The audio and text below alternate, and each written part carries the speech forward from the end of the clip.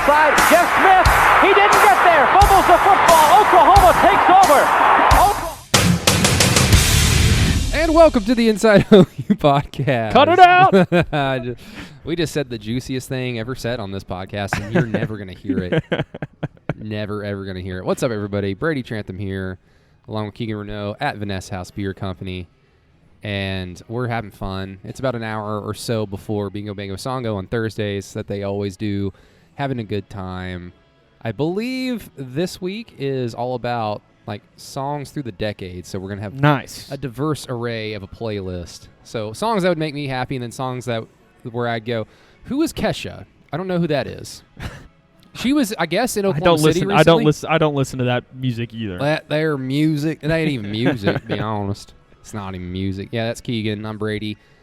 Davis, Dunkelberger, our good friend here once again, keeping us honest, basically being the unofficial stats guy, making sure that everything that we say is relatively correct. And at some point, when Inside OU becomes, like a $1 million, company, $1 million podcast, we might pay him $50 to just do what he's been doing. Correct. Again, we have to get that profit surplus. It's just I don't make the rules, Davis. So it is what it is. But yeah, we're at Vanessa House, and guys, this weekend's actually going to be a lot of fun. They're releasing 2 new stout beers, and my goodness, it's going to be fun because Saturday it's all about WWE. They've got 2 stouts, WWE inspired. We're going to have wrestling playing on TV, on both TVs all day. I'll be bartending Saturday night and Friday night. So if you don't have that much to do, you come on down, and if you say, hey, I listen to your podcast, I might hook you up with something. I'm a nice guy. I might hook you up with something. You said that before Zach got here tonight too. Yeah, I'm out of earshot of anybody that can have me killed. Because I don't know if you know this, but Vanessa House's reach is far, and they've disappeared many people in the industry. So hopefully they just skip that part. They're like, get to the football talk. Stop talking about Vanessa House. It's football. It's football season. I mean, we're Lewis Baker days away. We're Jazz Reynolds days away. We're Justin Harrington days away.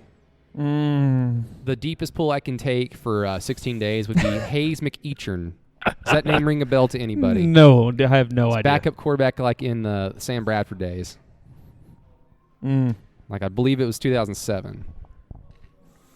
But there's your pull. There you go. There's your pull. I think we should also start off this podcast by mentioning, like we always do, or we try to do. Like I don't always do this as I forget. But if you have not already, please leave a 5-star review on Apple Podcasts, Apple iTunes. We're up to 126 reviews, and we enjoy that number. That's almost as many.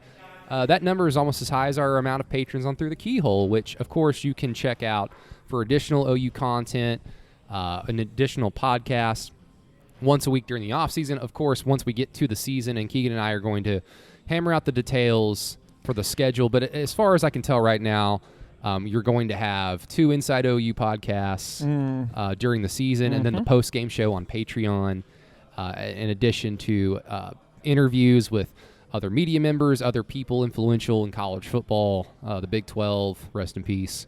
You're going to get all that plus some more at Through the Keyhole on our Patreon page. $4 a month or $5 a month, whatever you want. It's fun. We have a lot of fun with it. So go check that out. But yes, again, if you have not already, please leave a review. We would greatly appreciate that. But the other thing I wanted to start off with, Keegan, is I wanted to welcome a new OU podcast to the podcast atmosphere of Oklahoma football. And my first question is, are you and George Stoya going to sue Jeremiah Hall and Braden Willis for copyright infringement of the title Podcast on the Prairie? Wouldn't be me. I don't care that much. But I will say we did have like an interest, like, it sounds really weird like them even saying it like this, but I mean, they had to have known that was a thing, right? Did they reach out? No, I mean, we had nobody reach out to us. If they're going to, be professionals and make the money, then they need to do their homework. I had to make sure Through the Keyhole wasn't absolutely copyrighted in any way, and thankfully it wasn't. No, I don't care. Like, that was fun, and it's been a couple years. We didn't sell any merch or anything, so we got nothing to sue them over, but definitely just get the pub. It's gonna get thrown out, but no one cares about that. You're just doing it to make. It did on the first day. I know people were like, it wasn't just Joe Bednar that tagged me to that tweet of theirs, and it was like Joe holds everybody accountable. He does. Joe Bednar out of the media has been fantastic. Yeah, unbelievable. I wish. And again, it's what sucks is that when you feel like you're in the media, you can't say some of the things that you say, and like what he's done, but.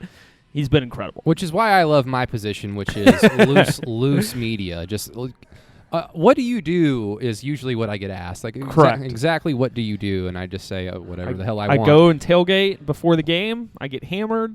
And then I go do a post game. Then show. I watch the game, scream a little bit, and then I sober up, and then go talk about it again on the radio, and then the podcast, where I then somehow get drunk again. The podcast is definitely not one that we've done. We did the Iowa State one was definitely sober. The first Iowa State game was sober because you would watch that game with Chisholm Holland and Matt Burton and I at Tyler Media, and then we did the radio post game show immediately after. But we were fairly fired up for that one. That was the first time in a couple years that I've been as mad as I was watching Oklahoma that game. That's for sure. It was definitely maddening, but that's what's going to happen when you're Iowa State and you somehow have like 30 players on offense that are all coming back, by the way. It was 30 on 11, and it's just... I think if you make it a couple more weeks before the season, you've said that at every podcast in the last 3. I mean... I'm not on an Iowa State cleanse. And, also just I need to clarify something for those who might have listened to the franchise earlier today. Yeah, so, we have breaking rules here.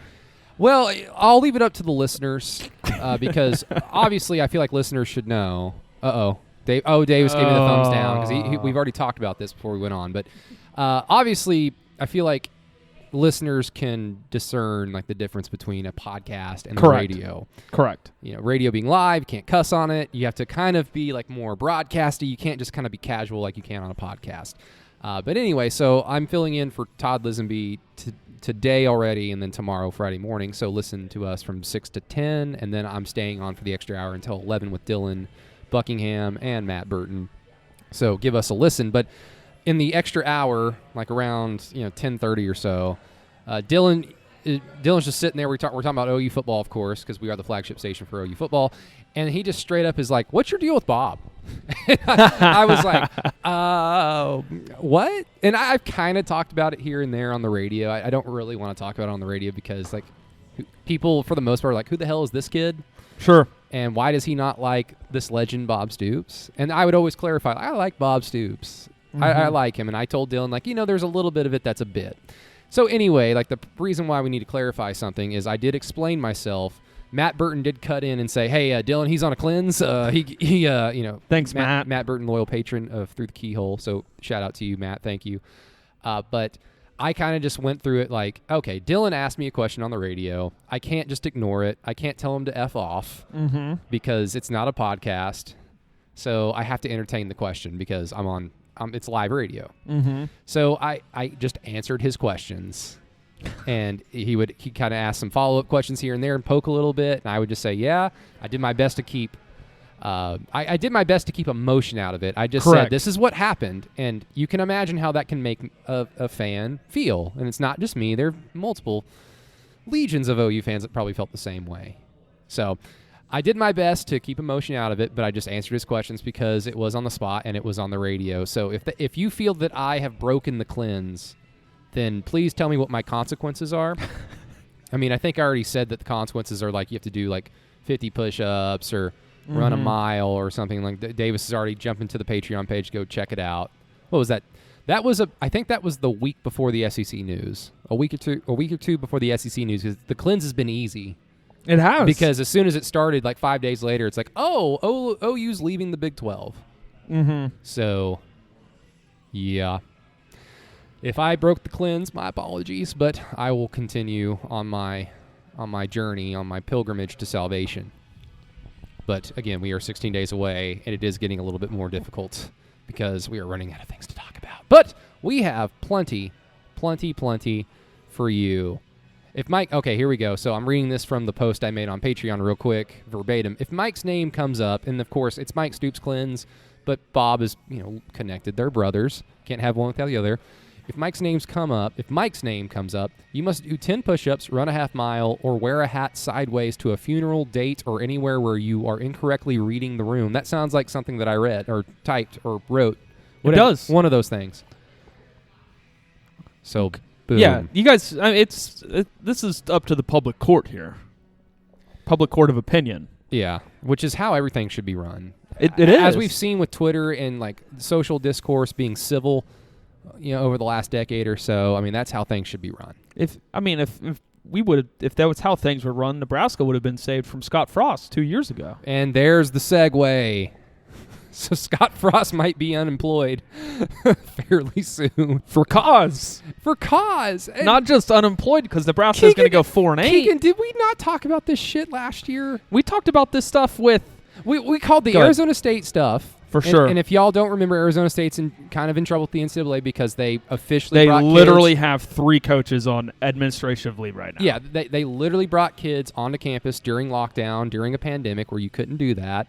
I mean, why is OU in danger of losing some recruits for 22? Why did they lose Luther Burden?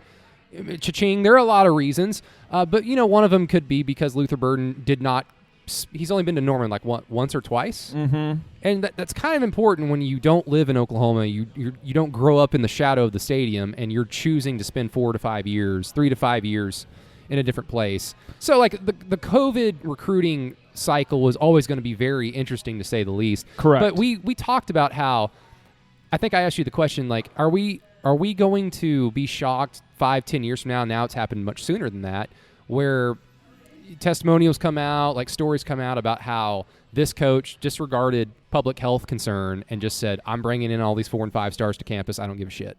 As well as train their players. Yes, that's what Scott Frost is in deepest trouble and for. then the practicing, which is what Nebraska is. Yeah, Arizona State cheated on the recruiting level. Nebraska cheated on the competitive level, and they still won 2 games, sucked. Right? Only 2? How many games did they win last year? They still sucked. I'm going to trigger Davis and say, blue blood? Blue blood? Question mark? They're in danger of losing it. And when they take that 45-point L in Norman, they're going to be one step closer to that. They're more of a blue blood than Texas is, though, right? Yeah, from a historical standpoint, of course. They're way more blue-blooded. Michigan has more wins, but not as many natties, right, since World War II? Michigan has 4 or 5 legitimate ones. Michigan has 3. Nebraska won 3 games last year. Yeah, but they played 6 or 7, right? They had 1 canceled. Yeah. I mean, they went I think they went 3 and 4, but they lost to Illinois. I think 3 and 5, and they lost to Illinois. That's Lovie Smith. That's an NFL coach. That was replaced by Brett Bielema. Can you believe it? Ugh. Can you believe it? I mean, they're going to win 4 games this year. These were Nebraska's losses this year. They lost at home 41-23 to Illinois. They also got beat at home 24-17 by Minnesota, who was terrible last year. Yeah. They have the potential, because I know Illinois is on the schedule before OU, but they have the potential to be undefeated and at least be ranked in going into that game in Norman, which would of course help OU's cause out, but that will age into Nebraska wasn't very good. And what was that, Davis? Michigan has 11 titles. 11 claim titles, but I think they have anywhere from 3 to 4 legitimate ones. Their last one being 97. Yeah. They shared with Nebraska. That was Tom Osborne's last year. And from what I've read, because that was before that was the year before the BCS, so it was still somewhat of the old model where publications would just vote. But apparently, a lot of people believe that a lot of publications voted Nebraska the national champion. I think they were undefeated. They won their bowl game. But they voted them national champion simply because Tom Osborne had announced prior to that it was going to be his last game. So it was just kind of like a career achievement award. You're undefeated. Here you go. Because I guess Michigan was kind of viewed as by far the best team in the country that year. But who gives a crap? Nebraska gets a title. Michigan gets a title. You get a car. I get a car. everybody's happy. Thankfully, college football is not really played like that anymore. And thank God that we don't have to talk about Blue Bloods because it's 16 days until the first game, until games begin. Or I guess that's actually, it would be 9 days until games begin. Nebraska plays on a dead week, right? Or on week 0? Week 0. Week 0 is such a, that is a. It's a high school thing. It's a high school thing. It's such a tease. Mm-hmm. I kind of view it like I do the Hall of Fame game for preseason. Because when you start seeing the advertisements on TV for like, hey, the Cowboys and the Steelers? Yeah. You see that like 2 or 3 weeks out, and I'm like, oh, thank God, football's back. I get to watch football on TV. Like, thank you. This is the best time of the year. 5 weeks later. And then I sit down to watch the game, like a few weeks later, and I sit down to watch the game. In the first 3 minutes, I'm like, oh, yeah, this is preseason. I'm out. Oh, it was so bad. So we all look forward to week 0. It's like, college football's back, and I'll watch the first kickoff, watch a touchdown, and then just go, I've got stuff I have to do. Mm-hmm. OU's not on. Like, none of these games are really big. What's the biggest week 0 matchup? I actually think that there's like an intriguing G5 game. I remember when the SEC used to do like a week 0 conference game. Like Auburn and South Carolina played one year, just kicked the season off. It's like, well, that's kind of interesting. The SEC always has the first game on ESPN. It's at 5:30.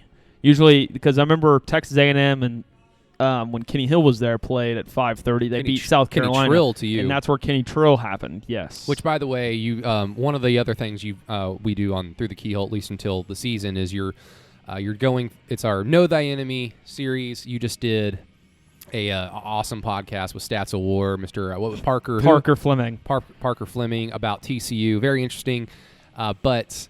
He brought up Kenny Hill's name, and I totally forgot about that. I totally forgot that was a quarterback OU destroyed in a Big 12 title game. Well, he's also a quarterback that a lot of people down in Fort Worth, and I think in Big 12 country, are like pointing to of when TCU has a guy that's in his 3rd or 4th year, he ends up being pretty good. Like, so I think that's kind of the realm of what he was like. So, we were talking about him being on staff. So he's hinting to Max Duggan, like, okay, he's definitely on the Max Duggan, maybe better than what we all think train. But I think that we'll see. I think Chandler Morris is better, but that's exactly what I said. Exactly. So yes, that is on our Patreon page for the $4 tier. So if you're interested in that, we also have a podcast about Nebraska, Tulane, Kansas State. Mm-hmm. Go back to the Patreon and check them out. They're all in podcast format for your listening pleasure.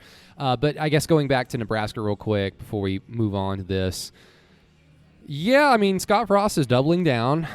I mean, he's claiming that whatever, and he's also claiming that, no, I didn't make that call in terms of trying to get the game canceled against Oklahoma. That was so interesting because when you do go look back at the pictures and Bill Moose, have you seen some of those at that press conference when they talked about it? I haven't seen the pictures, but I did read the article where Bill Moose is like, oh, yeah, this throws him under the bus. Yeah, this is like I don't have to like protect anybody anymore. I'm unemployed. Screw this. So Scott Frost, let me get this straight. Scott Frost openly, allegedly, we got to say allegedly here because we don't know. This is a big allegation. He went up and said, I would rather not play Oklahoma this year and have a home game instead. That was the whole thing. Yeah. For recruiting, economy, and as well so Scott Frost can go 5-7. Because I guess Nebraska is the only team that was financially hurt by the pandemic last year. Yeah, that part of it we talked about at the time. Our thoughts and prayers to our northern neighbors. We talked about that, though, right? Like, Nebraska was basically saying we were affected more than you were. So bring the game to Lincoln. Well, that might hurt be because the Norman economy. Might be because you also suck. Could also be a big reason. I mean, don't they have? They could win 3 games though, and their spring game's going to be sold out. I don't know what the capacity policies were at Nebraska, but I'm sure whatever it was still technically a sellout of whatever the capacity was. They could not have fans last year. They could not have. Oh, that was the Big Ten. Okay. So I guess they're not going to count that against their. They were worse in 19, and I bet they sold out every game. I guess they're not going to count that against their home sellout streak that goes back to the fucking 40s or 50s or whatever. No, I'm sure. I hope they don't. That'd be shitty of them. So I mean, hey, you made that decision by wanting to go to the Big Ten, and the Big Ten was like, yeah, we're not going to have any fans, even though the Big 12 and the SEC, the ACC, they all showed that it can happen. It's for the most part these games are played outside. Outside is going to help your cause. Outside is going to help everything out, and hopefully everybody else is just taking the proper precautions so that we can have our fun luxuries like football and concerts and badass breweries like Vanessa House. Oh, yeah. That's what. I'm getting another destination wedding. Oh, man. Shout out Davis Dunkelberger for that. I just don't. Like, just color me this. Riddle me this, actually. I'll color you something. Sure I'll paint you like one of my French girls. Does he not get it? Like, I thought it was. There was nobody that thought Scott Frost was not going to pan out this way, right? Yeah. I don't even know if we've kind of laid it out, so I think we might have mentioned it. But, yes, Scott Frost, Nebraska under investigation for coaches basically encouraging and officially being off campus for practices, essentially, where you couldn't do that last year. Correct. Before the season started. Yeah. So, now, of course, football players are going to congregate with Scott one Frost another. is probably like, but Ohio State was doing the same thing. Yeah. Football players are going to congregate with one another because they're all friends. They all are on the same team, and that's who they hang out with. So, yes, they're going to work out together. They're going to do, like, drills together. The kicker is when it becomes an official thing. Correct. Where coaches are there supervising it and coaching. Once that becomes the thing, then it becomes like, okay, hopefully this doesn't go over your allotted amount of NCAA practices you have per week, because if it does, then it becomes a violation, which is what Nebraska is in trouble for. So I can't help but think or picture or imagine just Scott Frost getting all his teammates on a unmarked bus and driving out to some damn cornfield out in the middle of Nebraska, which Have you been to Nebraska before? I've never been. Hopefully I get to go Next to the year? game in Lincoln. My first and probably only game to ever be in Lincoln. Now that there's an alliance for the other conferences, yes. An unholy alliance was formed. So nerdy. Like, we're going to form an alliance. Oh, shut up. Nerds. Anyway, anywho. Yeah, so I just can't help but imagine Scott Frost and, like, Nebraska all practicing in a damn cornfield, and some players from California are like, what am I doing here? Why did I choose Nebraska? I need to read this full thing for sure, but it definitely does sound like Scott Frost is like doing it. Let me rephrase this. Let me start over. Scott Frost is showing exactly what happens when a coach is desperate. And we've seen it. I mean, Tom Herman's actions on the sideline in 2020. We've seen, like, this is the pre-step to it being over. It is. Like, I think that's what would suck, but Nebraska is going to go hire whatever. Is Tommy Osborne available? Or not Tommy Osborne? Tommy Armstrong? Who am I thinking of? Quarterback. Who's the other quarterback during that era in the 90s that was good? Well, there's Scott Frost. He was The national champion. Oh, you mean Tommy Frazier? Yes. Is he? I don't know what Tommy Frazier's doing. I don't know if he's coaching at all, or I'm sure they'll try to hire him. I mean, they only hire Nebraska the guys. next step is Eric Crouch.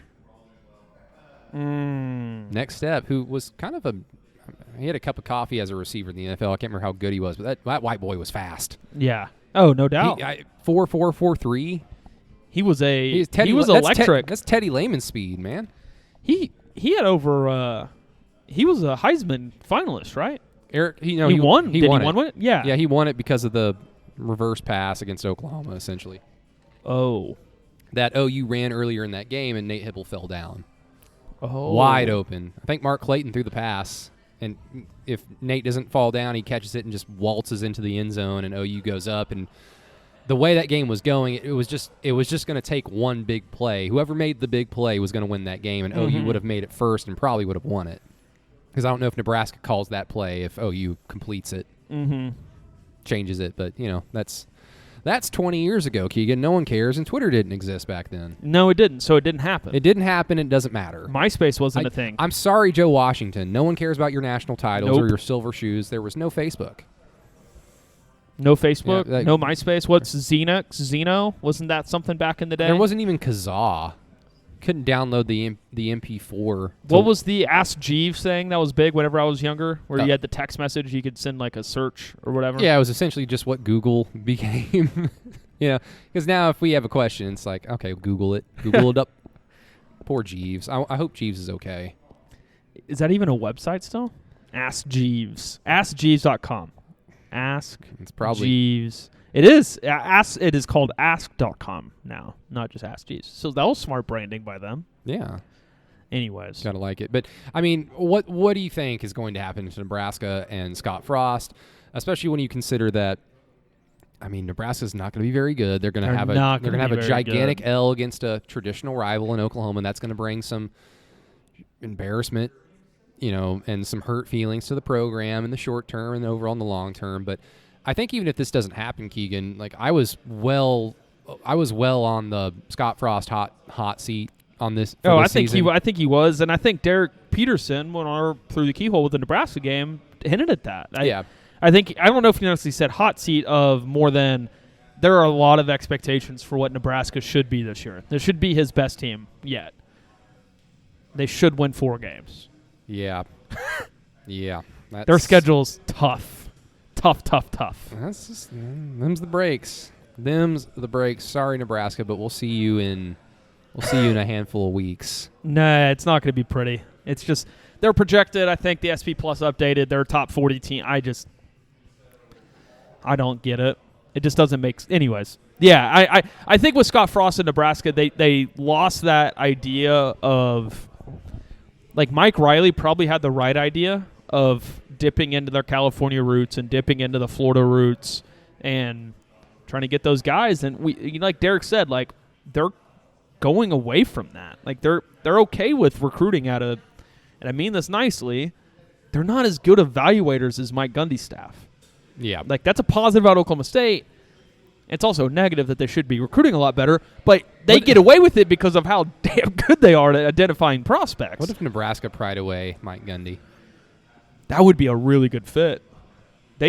Especially with all the look at Northern Iowa, Iowa State, like Wisconsin, Iowa. I mean, they make hay with all those guys. Like getting Mike Gundy access to that pool, man, he could recruit to his 10% blue chip ratio desires.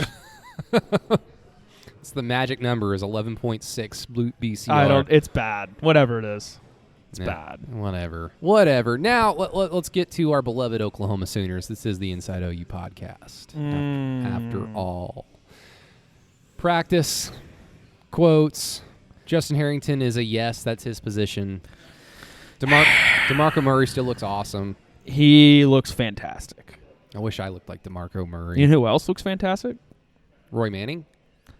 Yes. Alex Grinch? Yes. Your favorite, what's her name, Annie Hansen? I'm going to protect myself from answering that question. She looks fantastic. There's nothing wrong with that. I've got no comment. There's my comment. Lincoln Riley.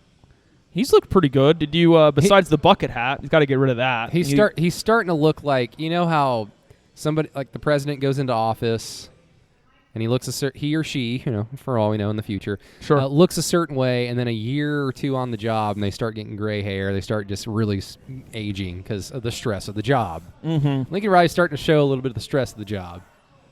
Lincoln Riley is showing. He looked like a little boy when you go back to the 2015 OC days. You know what's funny is like around draft time, his hair, he always has less hair than he has during when the season starts. Yeah. Whoever is the person that he goes to for that needs to get paid a hefty dollar because the donut on the top of his head does not look good when it's there. It just doesn't. And it's fading in the front. No, I think he's fine. No, the guy who looks freaking good is Danny Stutzman, and a guy that I'm going to be eating a lot of crow on over the next couple years. Well, okay, eating crow in terms of what? Because here, I'll tell you this. I don't think anyone should really hold your name to the coals if you ever put out there that, guys, I don't know about a 3-star linebacker. I don't get why there's hype around this kid because of X, Y, and Z reasons. Because you're using, the facts at the time. Sure. I don't know if it was simply because he played, West of Everest pointed this out. I can't remember if it was Lee or Grant Benson, but they pointed out, maybe he just played in a very low level of Florida high school football, and he was just the guy, and that had more to do with his low evaluation or just low ranking coming out of high school. If he had played, what I'm saying is, if he had played in a higher brand of football in Florida, maybe he's a 4-star and people feel better, but at the same time maybe he gets recruited by the Florida schools, Clemson, Georgia, SEC schools, and it becomes harder to pry him away. But yes, we are. As Davis points out, we are an SEC school. Do you think Danny knew about that before? No, I don't think so. I'm kidding. And maybe that would have been last summer. Maybe Luther Burden forgot. Sure. That's also a good point. Cha-ching! Bang. Cha-ching! Bang, bang. Let me say this. Danny Stutzman. That's Chick-fil-A money, man. Come on, Brahms, step it up. This SEC now. This ain't fun and games. Wouldn't it be Landers? Oh, anyways, it's a shame that Sonic isn't local anymore. See, it's the RDS, Leonardo DiCaprio, Django Unchained meme with the Brahms it's bag. fantastic. It is. Whoever made that on his Discord deserves a lot of credit. I was going to say this. He had to have grown because I thought he was 6'1.5", 220. He could carry 230 and would start losing athleticism at that point, right? One of those guys. I was unsure of how much weight he could carry. I was unsure of how big he was, and I didn't think that he was an inside linebacker. I thought he was more of a 4-3 will that plays out in space away from the box a little bit more. What's his height again? Yeah, he's listed at Oklahoma at 6'3", 230. Okay, so he's got. Yeah, I'm an idiot. He's got the frame to put on. Oh yeah, no, I completely missed it. I mean, no doubt. No disrespect to Tom Wart, and it's I'm using the lazy comparison of white linebacker. Let me think. Tom Wart, another white linebacker, compact in terms of the height. So whatever muscle he put on, he was just always going to be a shorter, stockier talent, which. You can still have a lot of success. We've seen a lot of short, stocky defensive players have a lot of success obviously in Brent Venables' defenses over the decades. Sure. But at the end of the day, just like we've always talked about with recruiting, blue chip ratio, it's about increasing your margin for error. And when you have a raw project, I guess is what Danny Stutzman is probably considered as a player because of his low ranking, and you look at his height and you look at the measurables, you just think, okay, if we just put him through Yeah, he's listed at 6'2.5", 215 on his recruiting profile. Yeah, if you just put him through a college, blue blood OU, weightlifting winter conditioning program, if we can just get him the physical makeup, but we also believe in his play on the field, then you could potentially have something. He looks unbelievable. We can get through, and I made a joke earlier, it looks like Billy Bowman grew a muscle on the back of his right arm or back of his arms with his triceps. He's got muscles on muscles. It's quadriceps. Everybody looks amazing. And then you go and you see that Danny Stutzman isn't being towered on by David Agwebu, and he's bigger than all the other linebackers in that group. And it's where the hell did this come from? And again, I want to credit Josh McCuistion because he went down there and saw him. I'm on a cleanse. I can't answer that question. Sure. He went down there and saw him last year. And he came back and was just raving about him. He's big. He's fast. He can do everything that you ask him to do. And then you see a senior tape, and I'm still man, I think he would be better as not as playing in as an inside backer in this system because you have to take on a lot of blocks. You have to be able to make a lot of plays within and take on a lot of contact. Yeah. And I just didn't think that fit him. And I was wrong. This dude is... And as you know how hard it is right now from everybody you talk to get information out of Norman, they won't stop talking about this guy, Brady. I know they're doing themselves a disservice in terms of tempering expectations for a kid who again, is technically a project. Yeah, 3-star kid. Not even a top 400, top 500, I don't think, recruit. Speaking of Tom Ward, I think I mentioned it on, the last Inside OU or 2 podcasts ago where I mentioned, I remember the 09 fall camp and how Tom Ward was apparently the second coming of Brian Bosworth. Danny Stutzman was rated as the 407th best prospect on 24/7. He was ranked as He was the 95th best player in the state of Florida, according to Rivals. Barely a top 100 player in his own state. Which, again, there's a zillion kids who play football. So, I mean, sure. Perspective is important. But, yeah, in terms of the recruits OU typically goes after, you just kind of go, really? And then I guess I'm just going to go back. The signing day press conference is one of my last things I was able to do and really get into detail with. Covering the team, Alex Grinch would not stop talking about him. I love me some Danny. I love me some Danny Stutzman, I think was his exact first 5 of 6 words. It's like... And then Chris Plank is like, I asked you about Perrion Winfrey. Please answer the question about Perrion Winfrey. So, no, I'm in a place of... I'm usually... I could fit you know me. I could fit these guys in, and I know the guys that don't fit in pretty quickly. I didn't think he fit necessarily, but I was wrong. He's not going to fit now. Got him. Okay, so what are we talking about? Like, obviously, Alex Grinch, Brian Odom, they're guys that enjoy rotating, especially at that position. Correct. So we're going to see a healthy dose of Danny Stutzman, I would assume, early on. Yes, it sounds like at least with the 3s, maybe the 2s. Maybe the 2s. So are we talking once it starts getting to blowout territory, or do you want to do we need to see Danny Stutzman win the games, even though it's Tulane, Western Carolina, and we've already talked about what a joke Nebraska is? Mm-hmm. Do we need to see Danny Stutzman rotate with the 2s when the game is on paper still not in doubt? It's such a unique conversation, right? Because you do have Deshaun White and Caleb Kelly still. And then you have Shane Witter and Danny Stutzman are like the next 2 in line. Who was the other white guy? Brian Mead. Oh. I think he's gone. Oh, no, he's still there this year. Yep. He's dating, I forgot what softball player he dates. But anyways, it's not, regardless of the conversation, I'm at a point where, I mean, it's hard to ignore it. Like, I didn't think there was any way he could get on the field this year because of the guys in front of him, but it sounds like him and Witter are going to be right in the thick of things as the first 2 linebackers Brian Odom has signed. Not bad.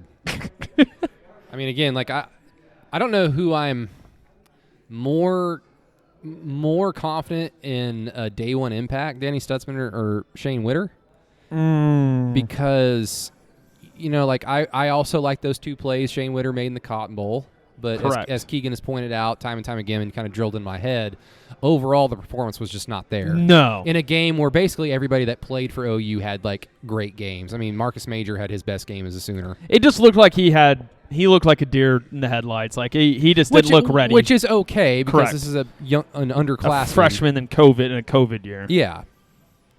But people just really clinged on to those 2 plays. They did. Where he was just basically in the right place at the right time, and then he dropped a pick. But, he dropped a pick. Still and a PBU. He filled 3 rushing lanes in the second half wrong. I mean, and David Agwebu got hung out to dry on him. So David Agwebu did run one of those down, though, and it looked just majestic. David Agwebu is, I think, we were talking about that earlier today on the morning show on the franchise. Like, what defensive player are you excited for? And it's mine is either like DJ Graham or David Agwebu because everybody knows about Perrion Winfrey and how much of a man crush we have on him. Correct. We're all excited for the secondary because it's just a plethora of talent that hasn't proven itself as a unit just yet, but we know the individual capabilities basically at each position. Mm-hmm. But David Agwebu is a player that kind of gets lost in the shuffle just because of all the excitement around him. Mm-hmm. And we kind of just forget that, no, David Agwebu looks like a Godzilla of a linebacker, and he also – there have been times where his consistency is not there. There have been times where he's looked a little bit lost, but that's going to come when you are, in your first year as a starter. But, man, the plays where he showed his capability is what makes me so hungry for this year. The last 4 games of the year last year were just... Yeah, and it's kind of the same thing with Perrion Winfrey, where you have to kind of categorize him as a player who just flashed a lot. Correct. The effort was there. The effort was there with David Agwebu. I didn't watch him and think, oh, he's half-assing it. Mm-hmm. I don't know about the consistency with this guy. The effort was there, but the way both those players finished off their year is a big reason why everybody's excited for Perrion Winfrey and why I'm excited for David Agwebu this season. I'm excited to see if, did David Agwebu, it says he only lost a couple pounds, right? My kind of big thing is I wanted to see him lose 10 over this last offseason before he gets really into his body ahead of the NFL draft. But, I mean, Brady, I guess, would the argument be, and I know this is more of a question for me, would the argument be because that the position he plays is the one that winds down to rush the quarterback more? Is that why I guess I'm just trying to, you're really good in your critical thinking skills, thinking through this with me. That would be the reason why he's still this heavy, right? that he's having to be an edge rusher still on third downs, and when they get in their 5-man front, he's usually that guy on the other side. Yeah, just to kind of overwhelm with the size. Yeah, because he was obviously we all were talking about how good of an edge rusher he was going to be. Yeah. And then some idiot over here pointing at myself said that it was a bad idea to move him inside. What did Davis think? David Agwebu when they moved him inside from edge rusher. Ultimately, it's the good decision. At that point, I was like, cool. I trust the staff. You trust the staff. There you go. Screw you, Keegan. Now, 4 years ago, you probably wouldn't have said that, but I'm going to cleanse. But no, like you just want a diverse array of a pass rush because you've got Nick Bonito, who I don't want to just say that he's just a speed rush guy, but he's much more of that. Yes. But he's not a guy who's going to blow you away with his overt physicality. He's not going to knock a left tackle, off of his planted feet every single time. He might do it a time or two, but David Agwebu would. But if you have those guys like on a stunt blitz, you got Benito on this side, you got Agwebu kind of either coming up the middle or off the edge, and you have Thomas, and you have Winfrey, and you have Ellison, Redmond, Stokes, whichever it may be. You just have a diverse array of talented players who bring something different to the table. Whereas, good pass rush defenses, even in recent history, because OU's had good pass rush defenses even during the Mike Stoops era, but you had guys that were like Devontae Bond and Eric Stryker were essentially the same type of player. They were just speed rush guys. Right. Obo Okoronkwo and DJ Ward, they were essentially, just get around the tackle and come up into the pocket and sack the quarterback. Now you've just got a whole bunch of guys who can take on blocks, who can shed blocks, who can get around a guy just by virtue of their speed. Right. So I would imagine that's kind of the point because, moving guys around, keeping guys in certain positions that may, even like a Justin Harrington, I would imagine it's kind of the same philosophy of we don't want to just have the same type of player at every position in the back end. We want to have a diverse array of physical makeup and talent to just be able to be versatile against different opponents because sure, like Justin Harrington at that size at cornerback, there's some concern about. We had it back in the spring of can he turn his hips at that at that height, at that weight? Can he turn his hips? And he looks fairly fluid. And from all signs from Roy Manning and Alex Grinch, it seems that's the case. So when you go up against a physically overt receiver, which you can see in this conference, then you will see a little bit this year at times. Yeah, so then, Jordan Whittington, or not, what's his name? Whittington, Presley at Oklahoma State. You have the crop of guys at TCU. Tech's got a couple. Tech's got a guy, Miles Brooks, who's a young guy who's going to be a stud. So. Yeah, so now you just don't have to worry about a 5'10", 5'11", 5'9" guy trying to defend a player of that magnitude in terms of the physical makeup. So OU's got a diverse array of just human beings on defense. They do, and they have a unique blend of. Well, I was going to jokingly say a second ago, is there a disconnect? Because Alex Grinch said mentioned Trey Norwood's name in regards to Harrington, which tells me he could be a corner, a nickel, or a safety, which excites me. And then Roy Manning just crushes my dreams last week. But I think what you're saying. Yeah, I think that they have a bunch of movable pieces. Like if Key Lawrence needs to fit in at nickel, he can. If he needs to fit in where Pat Fields plays, he can. Yeah. If Justin Harrington needs to play corner, nickel, or safety, he probably can. They have a bunch of pieces that I think could end up being really good. And then you talk about the linebackers, right, and what they could do in coverage. Now, you don't want to get David Agwebu out defending a solo receiver or a receiver on the outside by himself.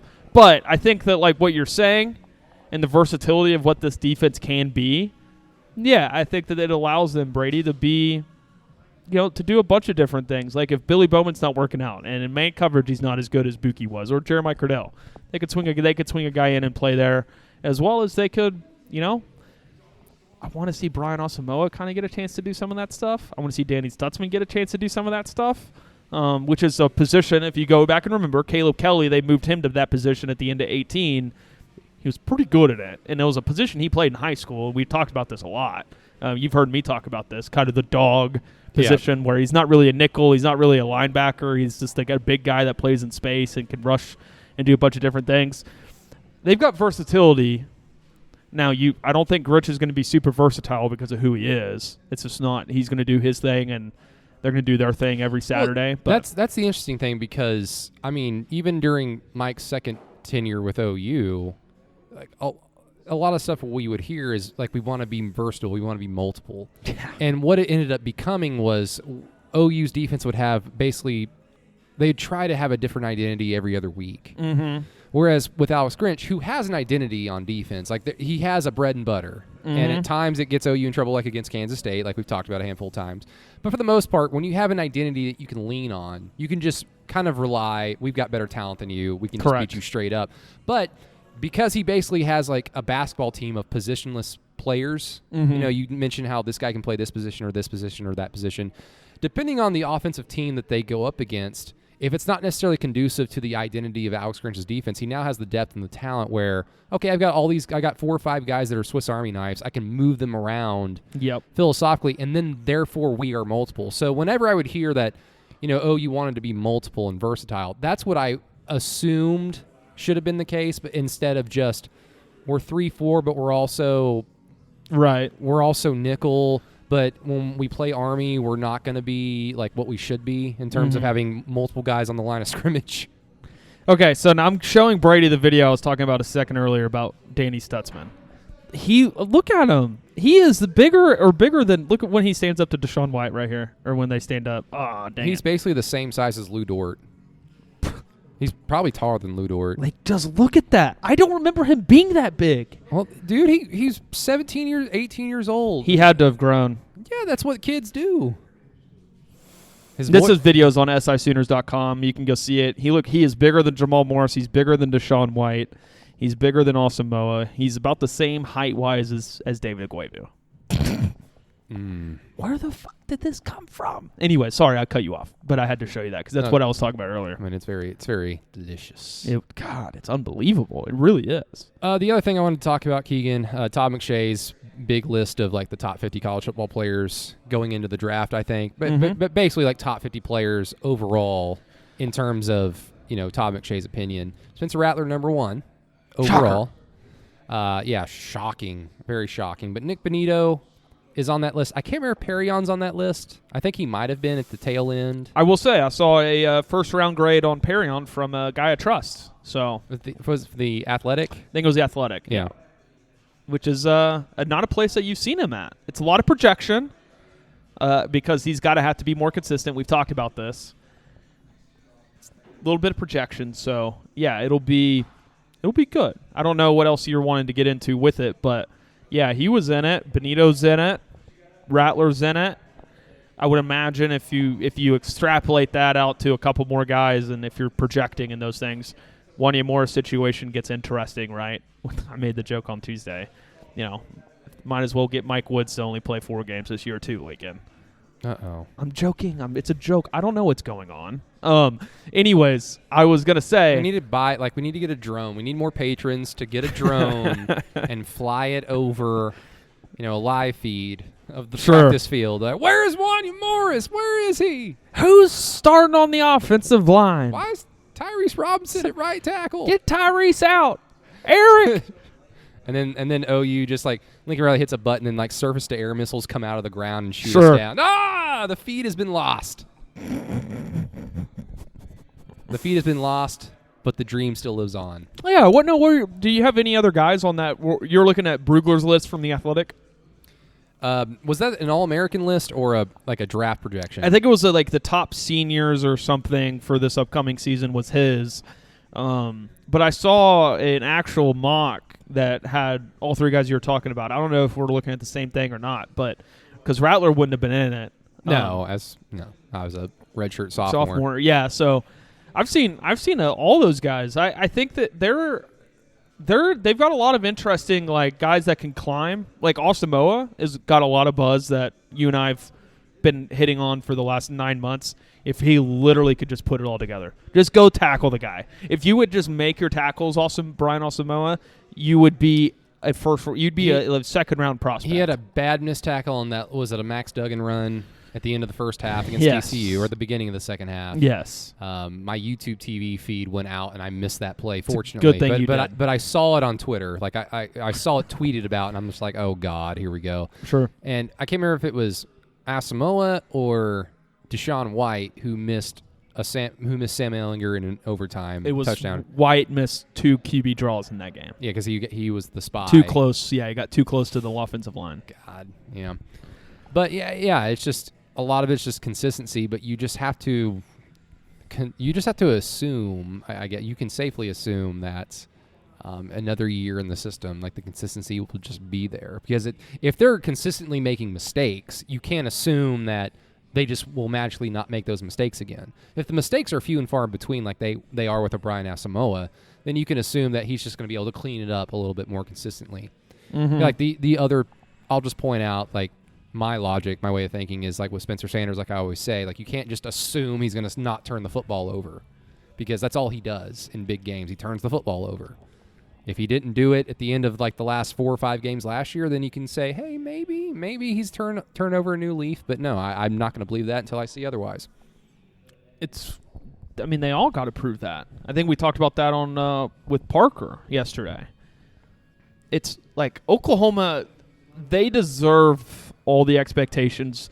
I know you saw my tweet. They have the most handle of futures to win the college football playoff this year of any other team in college football. So they are the betting Vegas sharp insiders favorite, which is a good and bad thing. The degenerate in me raises caution to that. It's like, oh boy. Oh boy. The other side, though, and I think that's a positive sign to this whole conversation, Vegas and everybody agrees with everything that you and I and really everybody's been saying for the last 9 months. That this team, there's not a lot of holes in it. The holes are, everybody knows what they are, and everybody's confident that they can fill them. Add in the NFL guys. Benito, Rattler, Winfrey, 6 more defensive linemen after that, a couple defensive backs, a couple linebackers that could be NFL guys. 2 potential all-star receivers, maybe a third in Mario Williams. Theo Weiss, have a big year. You got a shot. Austin Sogner's a draft guy. They're loaded. I mean, we're sitting here 16 days out. You don't need me to hype this team up any more than they have been. But I mean, this is coming from someone that will, heed caution a little bit at times. I mean, the only thing that's really missing, Brady, and we talked about this, is like, the one thing that's really major projection is how good is Spencer going to be this year.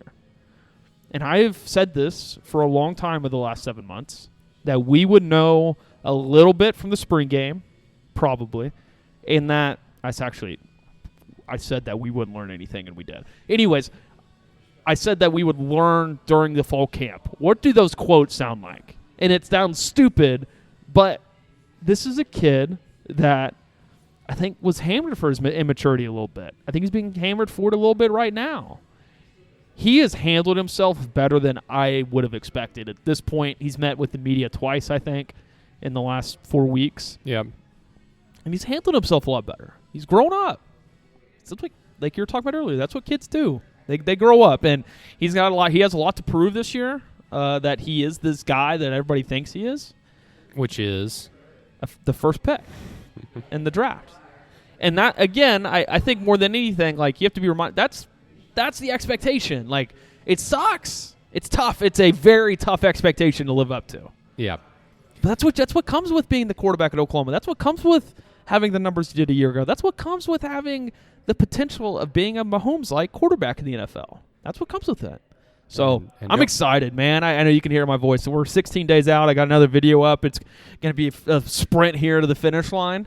And I'm excited for it, man. God, we got 9 days until I told you that there was an intriguing G5 game, week 0. UAB Jacksonville State.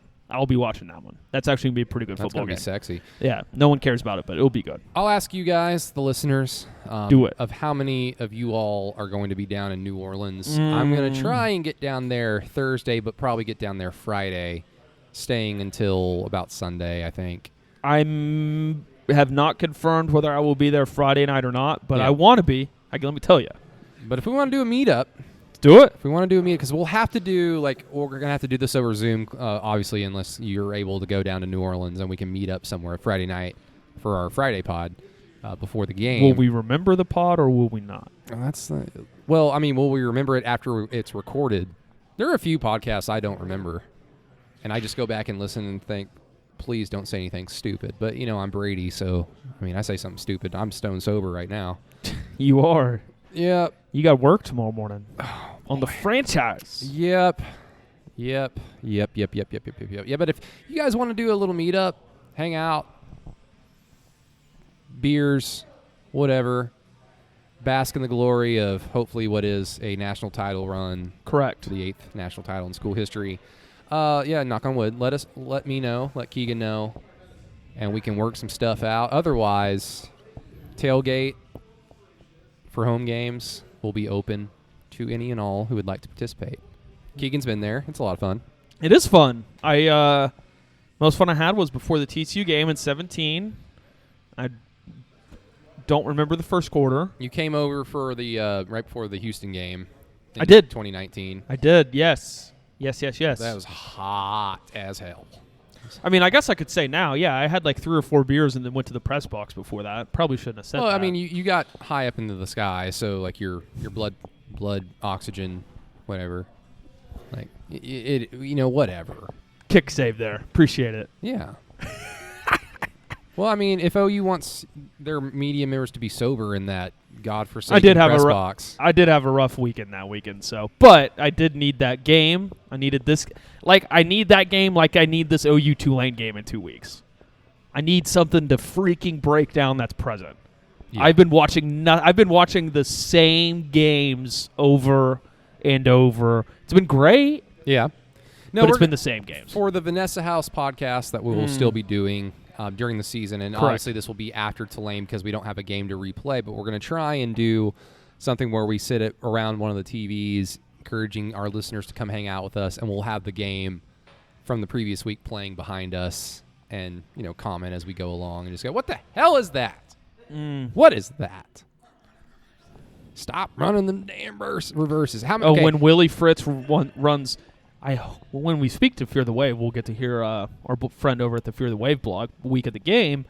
We'll get to find out if they have changed anything, and I will be so disappointed if they have, because I want to see how Oklahoma. And this is a big picture. I know we're wrapping up here.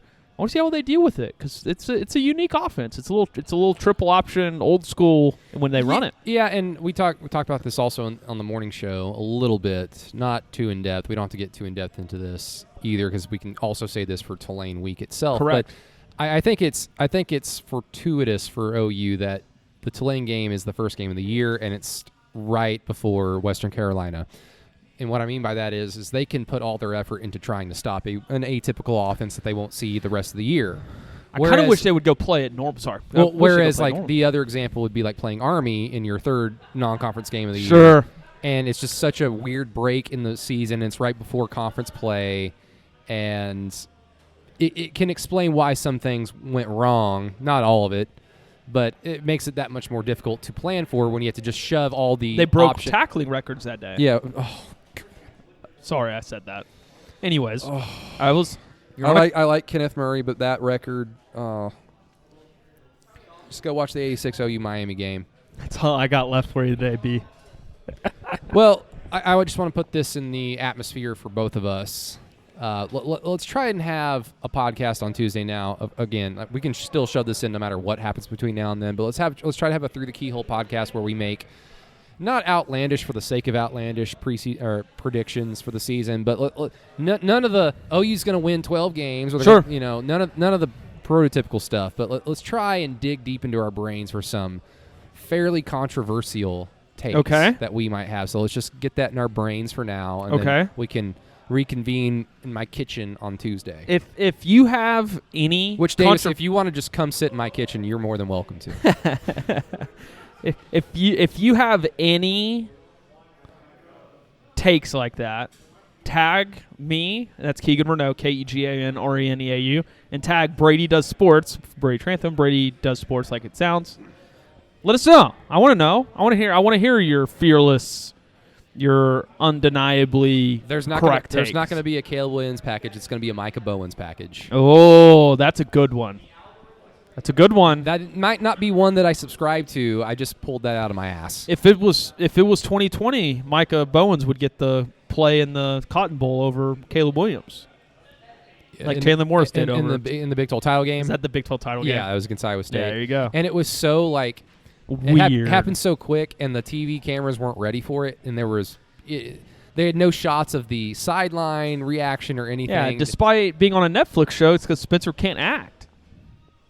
That Yep. was good. That one, okay, come on. That one was good. He's got an IMDb, but he's not going to win an Oscar. Oh, well. Everybody, thank you so much for listening to the Inside OU podcast. We're going to wrap up here at Vanessa House as they start their Bingo Bango Songo that they do every Thursday at 7. It's a lot of great fun music. Everybody has a good time. Get a few rounds of beer. Have a lot of fun. And like I said, this weekend's going to be a lot of fun. If you like professional wrestling, just show up on Saturday. You got 2 new stouts. The Rock Bottom Stout. That's going to be delicious. It's going to be so I get to try it tomorrow. But, yeah, I'll also be bartending Saturday. Do it. So you can come scream at me if you want. Mm-hmm. By the way, I just looked up reviews on Apple Podcasts. We got another one. Okay. And it's from, I'm not kidding, for all I know, it's this person, Jim Traber. Okay. Yeah, somebody who claims to be Jim Traber. And the comment, I'm not kidding, it's a 1-star review. And it's, yikes, hopefully Keegan gets his own podcast. So Jim Traber's a big fan of yours. Even though I've gone up against him, doesn't he go after people that are on the same airtime as him? He listens to Chisholm all the time. That's what I've heard. That's what I've heard. And That's what I've heard. I mean, I love Jim Traber. Do you? I love him. You know, and on an unrelated note, I watched the 1980 or 81, the 1980 OU OSU game, quarterbacked by J.C. Watts and Jim Traber.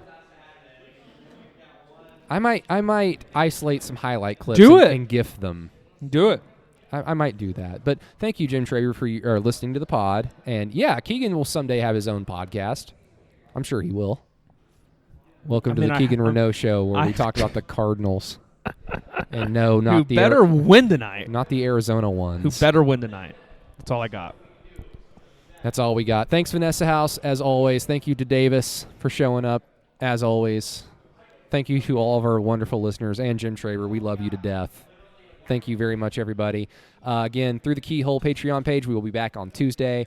As we ramp up for the season, we'll have our controversial takes, predictions for this season on Tuesday, unless something big happens and then Brady just forgets. But I'm going to write it. I'm going to write down a sticky note, put it on my fridge, and it will be in Keegan's eyesight, so we won't forget about it.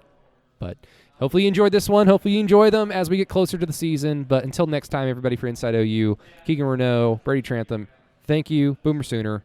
Talk to you guys later.